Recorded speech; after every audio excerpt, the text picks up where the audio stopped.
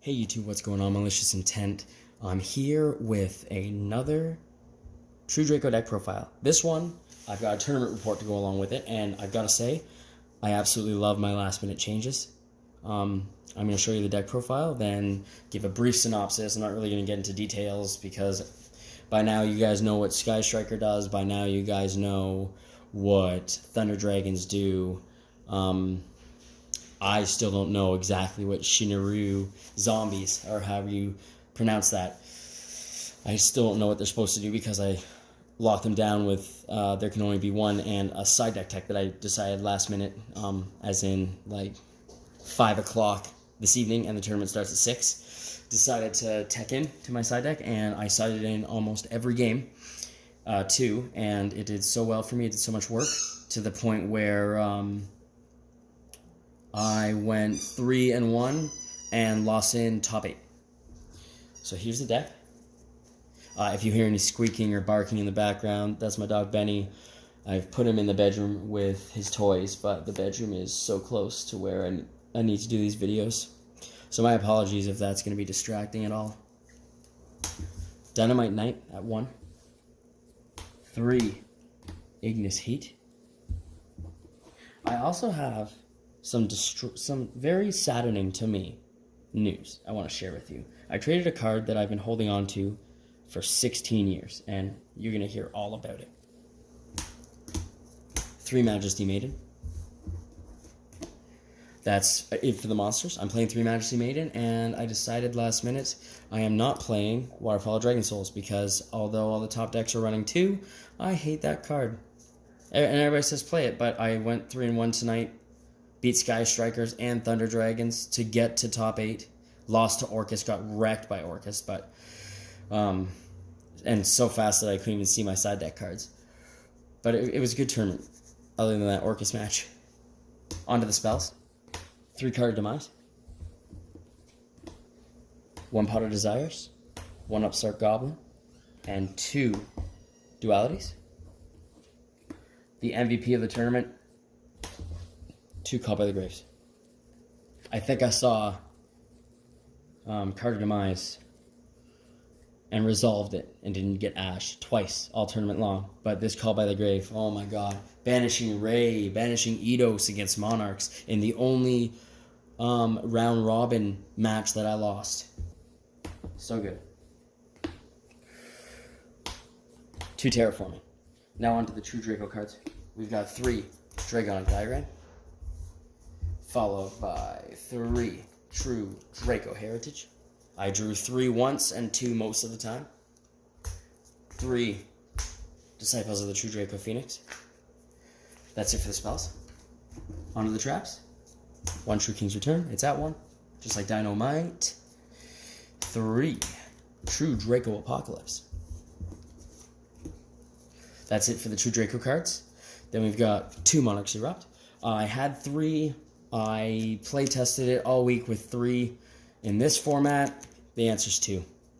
I think I might have mentioned that in my last video if I had 2 in there, but I'm not seeing a huge need for it. And tonight, going 3-1 and losing to, I guess, my hardest matchup in Orcus and one of the best decks, if not the best deck in the format right now. But even if I opened Monarchs Erupt, I wouldn't, against Orcus, I probably wouldn't have been able to win that matchup. 3, there can be only 1. Did a lot of work, as it always does. And the Solemn Brigade. I play all 3 strikes, and now I play Judgment. I play Judgment now because I really don't care about life points, the way my deck is built, and the way the deck plays out with all those big beaters. And Solemn Judgment stops Twin Twisters and stops Evenly Matched when you draw into it. So I think I saw it twice tonight, and I only resolved it once. The other time, I just had it on the field, and there was never a need, and I won the game. Never need to activate it. Now, as you know, especially when you're playing Monarchs Erupt, or Domain of the Monarchs, if you want to tech those, you do not have an extra deck but True Draco. So I'll just show you the side deck, briefly talk about that tournament report, and then give you my distraught news. Just makes me distraught. 2 Vanity's Fiend. That is the second MVP of this tournament. I decided today at 5 o'clock to put 2 in there, and oh my goodness, the work. It won me the Thunder Dragon matchup. Well, it won me the game 2 because I won game 1, obviously, without them in there. It makes me want to main 2. Like, honestly, it makes me want to main deck them. I think every single game 2, they were sided in. Just not against Monarchs. That's it. 2 and Spectre Borders. They were sided in twice. And I never saw them the whole tournament, even though I was sided in twice. I am going to remove this for what I got in my trade for the card I've been holding on to for over a decade.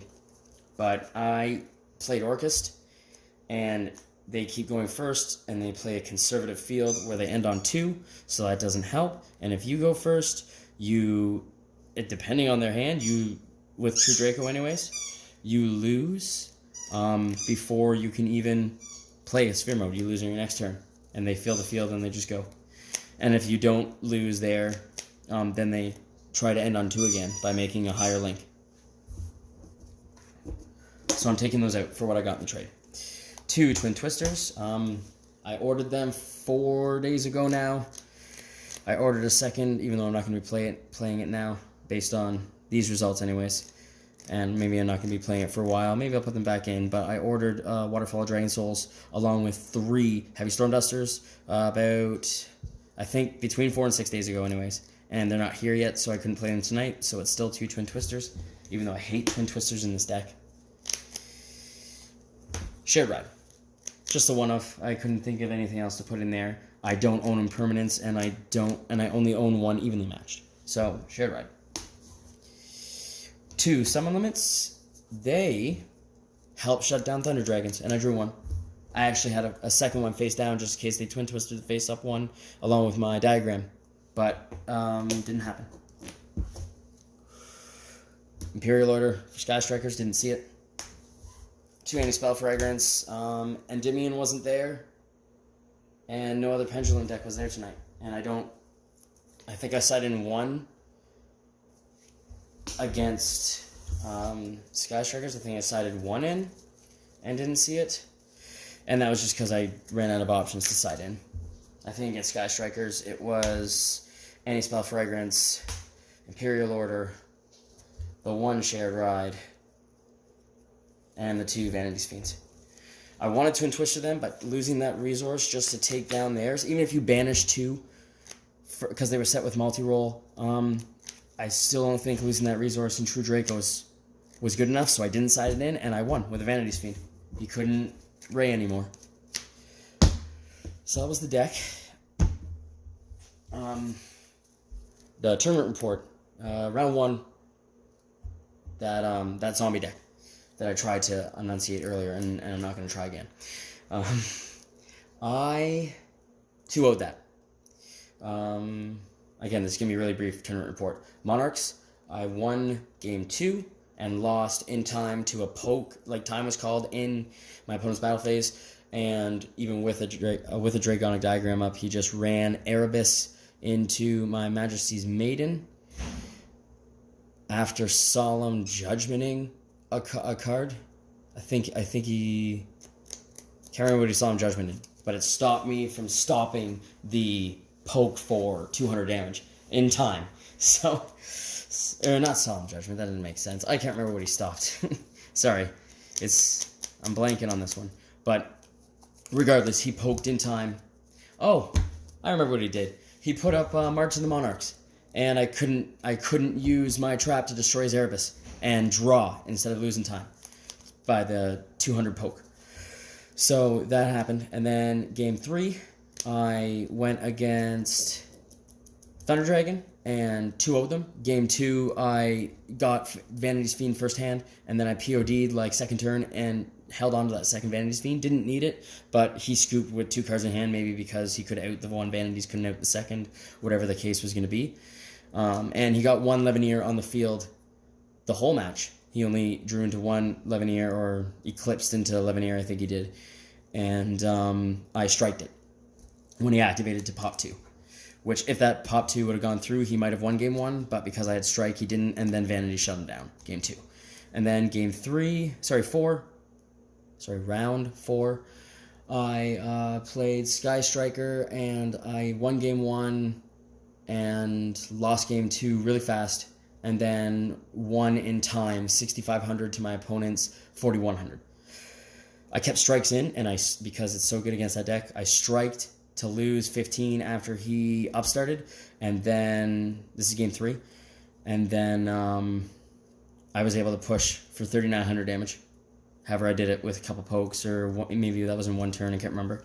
But I got him down to 41, and that was that. So then I got ran over by Orcus in like 5 turns by the guy who facilitated my trade. Now my news that makes me really sad. I started playing this game when it came to North America. I think that was either 2001 or 2002. Like, I bought a sealed box of Legend of Blue Eyes. And the structure decks as well. The Blue Eyes structure decks, I think. I can't remember. I'm pretty sure that's what it was, the Kaiba one. And that's what I played when I first started playing. In 2003, 2004, I was playing in GameStop. It was one of my first places there. I was playing GameStop in the Pickering Town Center. I went first overall, and back then it wasn't store credit that you got, it was extra packs. So you would have got 1 tournament pack or 1 champion pack for entering the tournament, and your extra packs you could choose between the newest set or more champion or more tournament packs.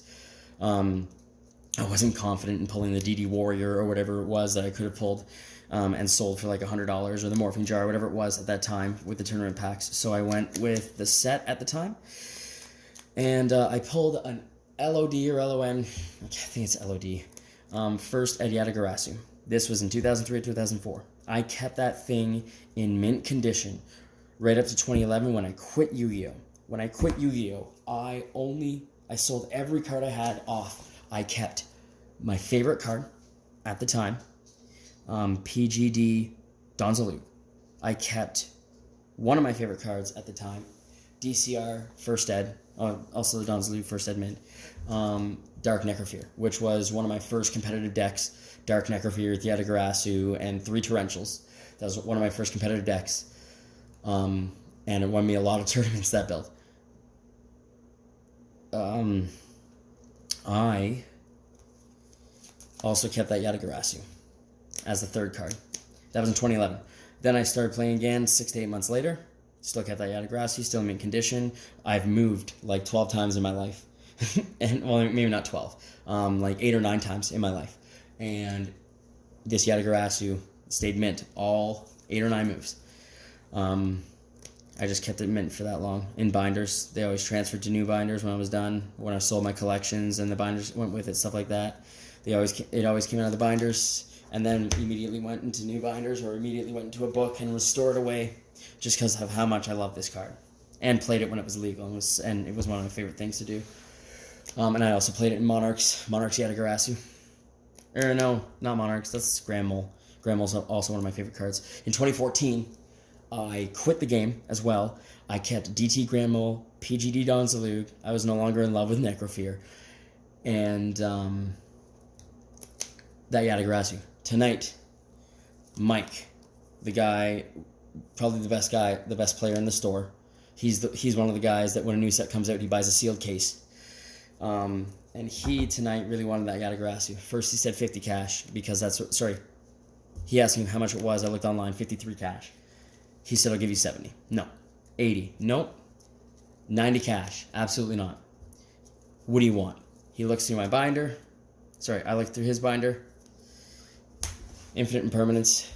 Evenly matched. Evenly matched. Evenly matched. This is 30 right now. This is 20. This is 20. This is 40. $110 in trade is what it took to get a card, my favorite card of all time, I would say probably next to Donzalu and Grand Mole. Probably my 3rd favorite card of all time.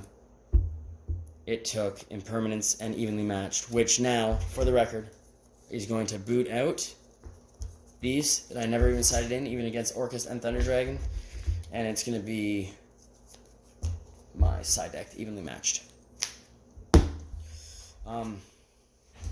Yeah.